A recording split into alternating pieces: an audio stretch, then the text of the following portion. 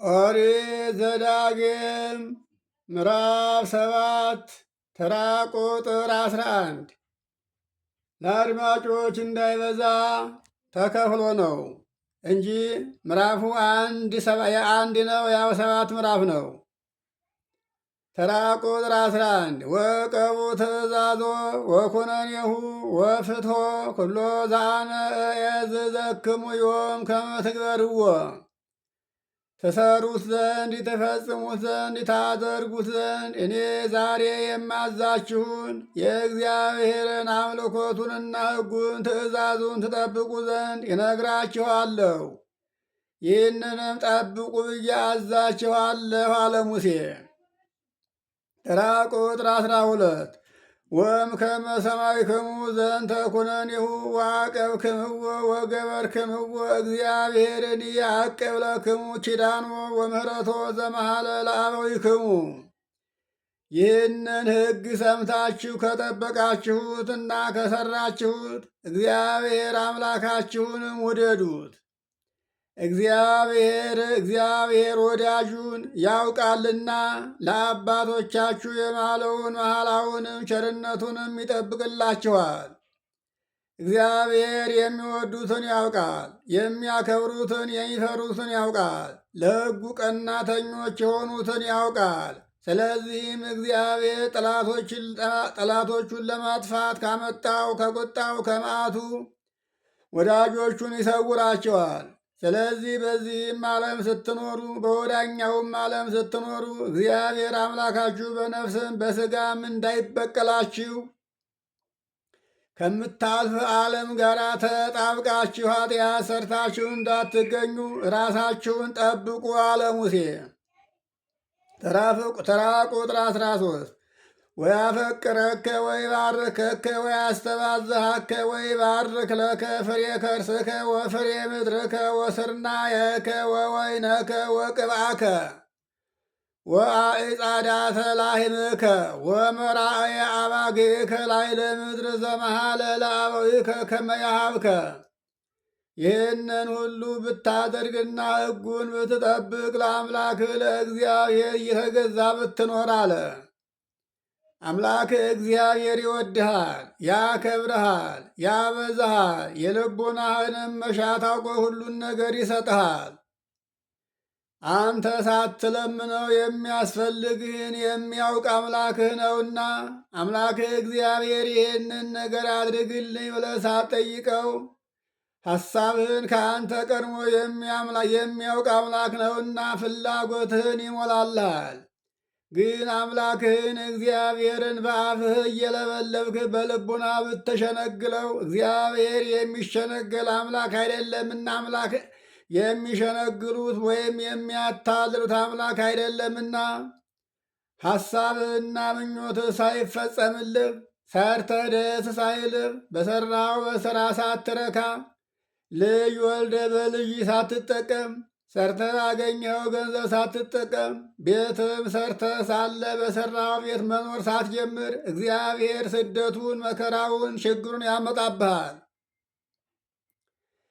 ግን ከዚህ ሁሉ ተለይተህ አምላክህን እግዚአብሔርን እያሰብከው እያከበርከው ለሕጉ ተገዥ ሆነህ የኖርክ እንደሆነ በሁሉ ይባርክሃል።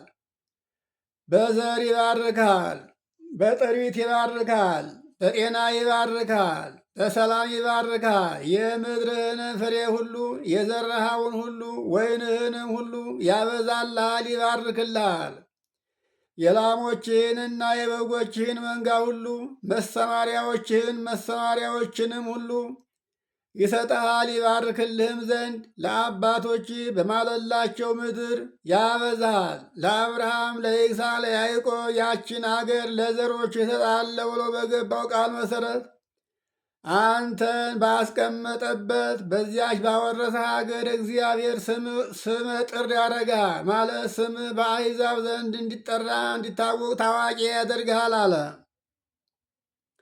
ተራ ቁጥር 14 ወትከውን ቡሩከም ኩሉ አሕዛብ ወአልቦ መካን እማንስተያከ ወአልቦ መካን እማንስተያከ ወአመት እንተ አልባቲ ውሉድ ወይ መካን እማንስትከ ከአሕዛብ ሁሉ ተለይተህ አንተ የከበርክ ትሆናለህ። ከሚስቶችህም የማትወልድ ሴት አትኖርም፣ ልጅ የሌላትም ባሪያ አትኖርም ባንተ ዘንድ። ከአባቶችህም የማይወልድ ከዘሮችህም ሁሉ ከእናንተ የማይወልድ መካን የሆነ ሰው አይኖርም። ተራ ቁጥር 15 ወያሴስል እግዚአብሔር እምኔከ ኩሎ ደዌ ወኩሎ ሕማመ እኩየ ዘርኢከ ዘመጻ ላዕለ ግብፅ። በግብፅ ላይ መጥቶ ያየኸውን ያንን ክፉውን መከራ ሁሉ ከቶ አምላክህ እግዚአብሔር ከአንተ ያርቅልሃል እንጂ አያመጣብህም። በዓይንህ ያየኸውንም በጆሮ የሰማኸውንም በታሪክ የምታውቀውንም መከራ ሁሉ እንኳን በሕይወት አይደለም በራእይህ እንኳን አያሳይህም። ወኢያመጽኦ ላዕሌከ ለውእቱ ኩሉ ዘርኢከ ወይመይጦ እምኔከ ወይወስዶ ላዕለ ጸርከ ወላዕለ ኩሎሙ እለ ይጸልኡከ።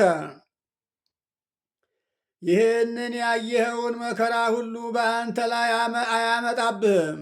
ከአንተ መልሶ ወስዶ አንተን አጽንተው በሚጣሉ በጠላቶች ሁሉ ላይ ያደርገዋል እንጂ አለ። ይህም ያየኸው መከራ የሚለው እስራኤል በግብፅ ምድር 430 ዘመን ሲኖሩ ከ430 ዘመን በኋላ እግዚአብሔር በሙሴ አድሮ ሊያወጣቸው ሲል ግብፃውያን እስራኤልን አንለቅም በማለታቸው እግዚአብሔር በግብፃውያን ላይ 9 መቅሰፍት አመጣባቸው። 10ኛ ሞተ በኩር አመጣባቸው። 11ኛ ሰጥመትን አመጣባቸው። እንግዲህ በግብፃውያን ላይ እግዚአብሔር ያደረገውን ተአምር ያን ሁሉ መከራ አይተሃል። ስለዚህ አንተም እንደነሱ ሆነ ብትገኝ በእነሱ ላይ ያሳየውን ያመጣውን መከራ በአንተም ላይ አብልጦ አብዝቶ ያመጣብሃልና አምላክህን እግዚአብሔርን እያፈርከው እየፈራው ለሕጉ ተገዥ ሁነህ ኑር አለ። ተራ ቁጥር 16 ወትበል ምልካሆሙ ለአሕዛብ ዘይሁበከ እግዚአብሔር አምላክከ ወይትመሃኮሙ ዓይንከ ወይታምልክ አማልክቲሆሙ እስመ እኩይ ውእቱ ለከ ዝንቱ። ፈጣሪህ እግዚአብሔር የሚሰጥህን የአሕዛብን ምርኮ ትበላለህ፣ ዓይንህም አትራራላቸው። እግዚአብሔር አጥፋ ያለህን አጥፋ፣ አታጥፋ ያለህን ደግሞ አንተ አታጥፋ። እግዚአብሔር ካዘዘ ከትእዛዙ ውጭ ሆነ እንዳትገኝ፣ ይህ ለአንተ ክፉ ነውና። ጣዖቶቻቸውንም እንዳታመልክ፣ አሕዛብ የሚያመልኩትን ጣዖት ወደ ቤት እንዳታስገባ፣ እንዳታሟርት፣ ወደ ሟርተኛም እንዳትሄድ። ተራ ቁጥር 17 ወለእመሰ ትብል በልብከ ይበዝህ እምኔ ዝንቱ ሕዝብ ወፎ እክለ አጥፍኦቶ ኢትፍርወ። በልቡናህ እንዲህ ብለህ እንዳታስብ፣ ይሄ ወገን ከእኔ ይበዛል፣ ማጥፋት እንዴት ይቻለኛል፣ እንዴት እችላለሁ ብለህ እንዳታስብ። ከአንተ ጋር ያለው ፈጣሪ እግዚአብሔር ነውና። ይሄ ሕዝብ ብዙ ሕዝብ ነው፣ እኔ ጥቂት ነኝ፣ እንዴት ይቻለኛል ብለህ የምታስብ ስትሆን ፈጣሪህን እግዚአብሔርን ከአንተ ጋር ያለውን አለማመንህን ይገልጥብሃል አለ። እግዚአብሔር ካላመኑት አያግዝምና። እግዚአብሔር የማያምኑበትን ሰዎች ጠላቶቹን አምጥቶ ወዳጆቹን በጠላቶቹ ይገድፋልና። ይሄም ሆኗል። የአብርሃም ዘሮች ምድረ ርስትን ከወረሱ በኋላ እግዚአብሔርን እንደ እግዚአብሔርነቱ ባለማምለካቸው ምክንያት እግዚአብሔር የማይፈልጉትንና የማይፈልጋቸውን አሕዛብን የከላውዴዎንን ሰዎች አምጥቶ ሀገራቸውን አጥፍቶ 40 ዘመን የፈጀውን የሰሎሞን ቤተ መቅደስ አፍርሶ እነሱን አስማርኮ ፋርስ ባቢሎን አውርዶ 70 ዘመን እንደ ገል ተቀጥቅጠው እንደ ሰም ቀልጠው እንዲገዙ አድርጓቸዋል። እግዚአብሔር ሕጉን ካልጠበቁ ወዳጆቹንም እንዲህ አሳልፎ ለመከራ ያጋልጣል። ታዲያ እግዚአብሔር አሳልፎ በመከራ ከጣለ በኋላ ለምኖ ተለማምጦ ከመምጣት ይልቅ አስቀድሞ መከራው ሳይመጣ እግዚአብሔርን እያሰቡ መኖር ትልቅ ጌትነት ነውና አምላክህን አስብ አለ። ተራ ቁጥር 18 ተዘክሮ ተዘከር ኩሎ ዘገብረ እግዚአብሔር አምላክከ ላዕለ ፈርዖን ወላዕለ ኩሉ ግብፅ አብየ መንሱተ ዘርእያ አዕይንቲከ።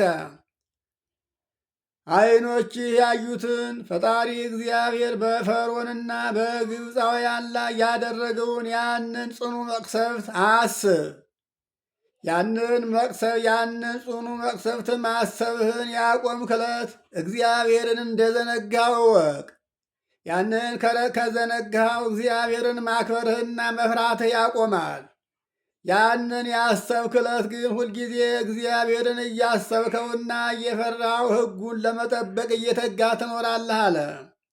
ለዚህም ነው ያ ክፉ ከእግዚአብሔር ታዞ የመጣ መቅሰፍት በማያምኑበት በግብፃውያን ላይ ያደረገው ለአስተዋይ ሰው ማስታወሻ ነው።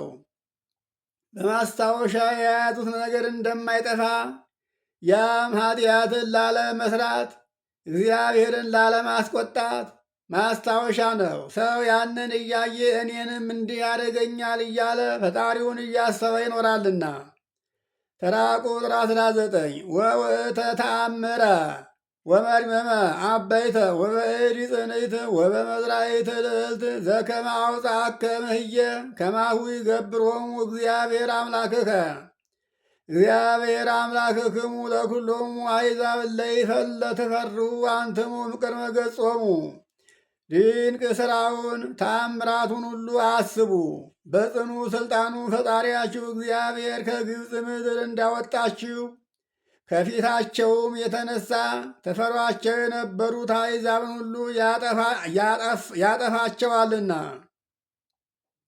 አሁንም ዓይናችሁ እያየ እንዲያ ስትፈሯቸውና ስትንቀጠቅጡላቸው የነበሩ ወገኖችን እግዚአብሔር ዓይናችሁ እያየ እንዳጠፋቸው አሁንም እናንተንም በዚያ መቅሰፍት እንዳያጠፋችሁ ራሳችሁን ጠብቁ፣ ከኃጢአት ራቁ፣ ሕጉን ጠንቅቃችሁ ኑሩ። ለልጆቻችሁም ምከሩ፣ አስተምሩ። ልጆቻችሁን በሥርዓትና በሕግ አሳድጉ። በሕግና በሥርዓት ያላደገ ትውልድ ፈጣሪውን እግዚአብሔርን ማወቅ አይችልምና። ተራ ቁጥር 20 ወይፌኑ እግዚአብሔር አምላክከ ቅድሜከ መቅሰፍተከ መቅሰፍተ ላዕሌሆሙ እስከ ያጠፍኦሙ ለእለ ተርፉ ወለእለ ተጋቡ እምኔከ። ከአንተ ዓይን የተሰወሩትን ከጦር የተረፉትን እስከሚያጠፋቸው ድረስ ፈጣሪ እግዚአብሔር በላያቸው ላይ መቅሰፍትን ይልክባቸዋል። ከአንተ ተሰውረው ተደብቀው የተሰወሩትን አንተ ያላየሃቸውን አንተ ያላጠፋሃቸውን እነዛን ካሉበት የሚያውቅ እግዚአብሔር አምላክ ጠላቶችን እንዲህ ያጠፋልሃል፣ መቅሰፍቱን በላያቸው ላይ ያወርድባቸዋል። ስለዚህ አንተ ሳትዋጋ ትነግሳለህ። ሳትዋጋ ትነግሳለህ ማለት ጠላት ይመጣብኛል፣ ይወጋኛል፣ ይገለኛል ብለህ ሳትሰጋ አምላክህ እግዚአብሔር ጠላትህን በሩቅ ያጠፋልሃል።